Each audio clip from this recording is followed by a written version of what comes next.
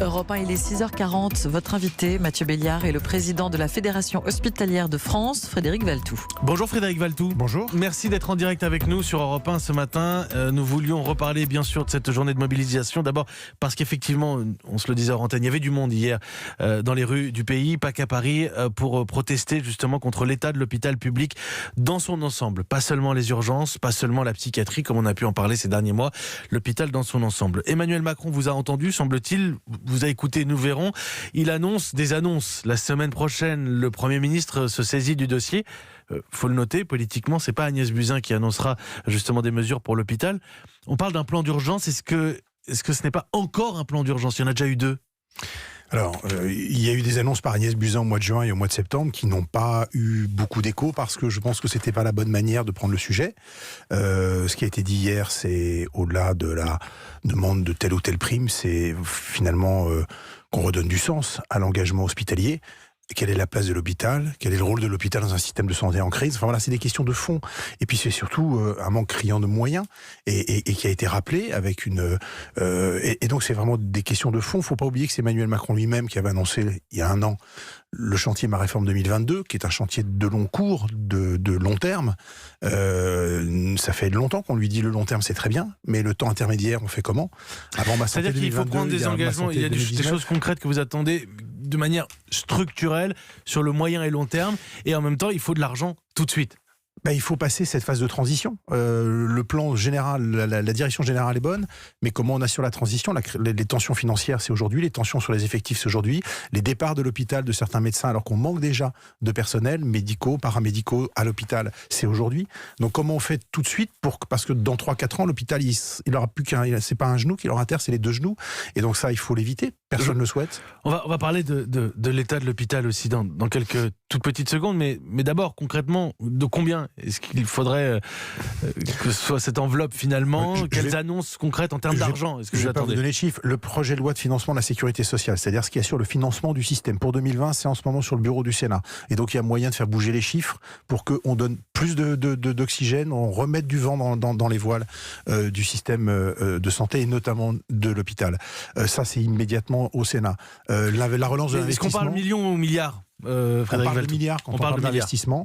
On parle de centaines de millions quand on parle de fonctionnement, on parle de milliards pour l'investissement. Pourquoi? Parce que l'investissement, depuis 8 ans, il a fléchi, et que c'est un secteur, la santé, qui est stratégique, et que voir l'investissement qui diminue aussi fort que ce qu'on constate aujourd'hui, c'est dangereux. On n'investit plus, on ne renouvelle pas assez le matériel, on n'acquiert pas du matériel moderne, on n'aide pas la médecine hospitalière à faire cette transition numérique, à se moderniser. Et donc c'est en milliards, et ça c'est dès 2020. Il y a les moyens de le faire.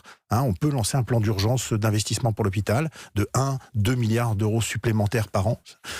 Donc ça c'est des choses très concrètes. Et puis il faut absolument redonner un peu le moral aux hospitaliers, c'est-à-dire montrer que faire une carrière hospitalière, ça a du sens, et puis on peut l'accompagner financièrement. Alors ça se fera pas en quelques semaines, mais il faut réinstaller, un cycle bénéfique, parce qu'aujourd'hui les forces vives de l'hôpital, elles ont plutôt tendance soit à être épuisées, soit à vouloir le quitter, ce qui est évidemment pas souhaitable. C'est une fierté pour les gens de bosser à l'hôpital. Ils l'ont dit hier. S'ils n'étaient pas fiers de leur boulot, ils défileraient pas pour avoir les moyens de travailler. Et donc un système qui désespère ses propres enfants, c'est toujours un peu terrible. On a aussi beaucoup de constats, et finalement il fallait peut-être tirer la sonnette d'alarme, mais parfois hier on a entendu des choses qui font peur, sur l'état de notre système de santé, sur la capacité pour l'hôpital public à absorber les malades. Certains parlaient d'une France à deux vitesses entre le privé et le public. On en est là? Mais on a un système de santé effectivement à deux vitesses. On a un système de santé où on demande à l'hôpital aussi de pallier la crise du système en général. Aujourd'hui il y a une crise de la médecine, du modèle de la médecine générale, de la médecine libérale. C'est pour ça que les Français se tournent autant vers les urgences. On peut pas les blâmer. Ils cherchent un médecin quand ils ont tout d'un coup un problème, et ils vont là où la lumière est allumée. Mais la crise, il faut aussi réformer la médecine libérale. Les médecins généralistes aujourd'hui sont des médecins épuisés qui bossent comme des fous, mais il y a de moins en moins de cabinets de ville, et donc il faut là aussi s'intéresser au sujet. C'est pas que la crise de l'hôpital. C'est vraiment la crise du système de santé. Et je pense que Emmanuel Macron voit juste. Simplement, il faut maintenant qu'il mette les moyens en face de ses ambitions. Il y a un mot qui a été prononcé par le président de la République hier, c'est le mot de gouvernance. La question est posée clairement. Certains évoquent la loi Bachelot de 2009 qui donnait les pleins pouvoirs aux directeurs d'hôpitaux. Est-ce qu'il faut changer l'organisation de la gouvernance à l'hôpital ? Écoutez, certains effectivement vivent mal l'organisation actuelle. Moi, je veux bien qu'on passe du temps sur ce sujet de la gouvernance. Il me paraît pas essentiel. Redonner du pouvoir aux médecins, pourquoi pas. Aux médecins, à ceux qui soignent dans l'organisation de l'hôpital, plus de place. Bien sûr. Moi, s'il y a des médecins, je veux dire, je suis pas directeur d'hôpital, je défends pas aucun. Moi, je suis là. Enfin, j'essaie de proposer des solutions pour que l'hôpital fonctionne. S'il y a des médecins qui préfèrent plutôt que de soigner se consacrer à gérer des hôpitaux, pourquoi pas qu'ils y aillent. Je pense que toutes les bonnes volontés doivent être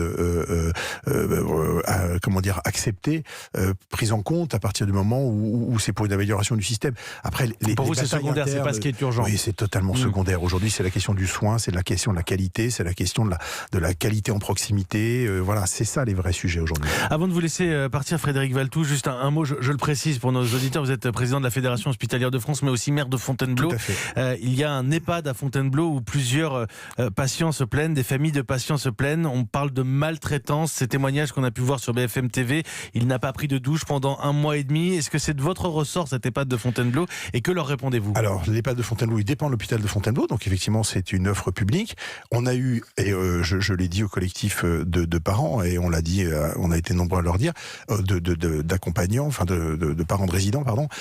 On a eu un problème cet été de personnel, et effectivement, l'EHPAD de Fontainebleau vit ce que vivent 90% des EHPAD de France, manque de personnel. On avait des postes qu'on n'arrivait pas à pourvoir, et donc si on avait eu le personnel qui se présentait, on les aurait tout de suite embauchés, effectivement. Donc il y a eu un creux juillet, août, septembre pour dans l'accompagnement des résidents, ce qui est dommageable effectivement. Et effectivement, il y a eu des situations qui étaient douloureuses, mais qui sont douloureuses pour tout le monde. C'est en parallèle, mais on est toujours dans cette question du soin en France. Et là, vous parlez de difficultés de recrutement. L'attractivité des métiers, on parlait de l'attractivité des métiers, ça touche aussi le secteur médico-social, ça touche l'accompagnement des personnes âgées. Il y a des métiers qui n'attirent plus, il y a des métiers qui malheureusement paraissent dévalorisés, il y a surtout des métiers qui sont mal accompagnés financièrement, et on est un système, effectivement, et je rejoins votre question de tout à l'heure, qui s'installe à 2 vitesses. Est-ce qu'il est normal aujourd'hui en France qu'on ait des médecins, mais on pourrait dire la même chose d'infirmières, qui selon qu'elles travaillent à l'hôpital ou selon qu'elles travaillent dans une clinique, peuvent gagner, en tout cas pour les médecins c'est vrai, du simple au triple pour la même spécialité? C'est pas logique, on peut plus se payer ça.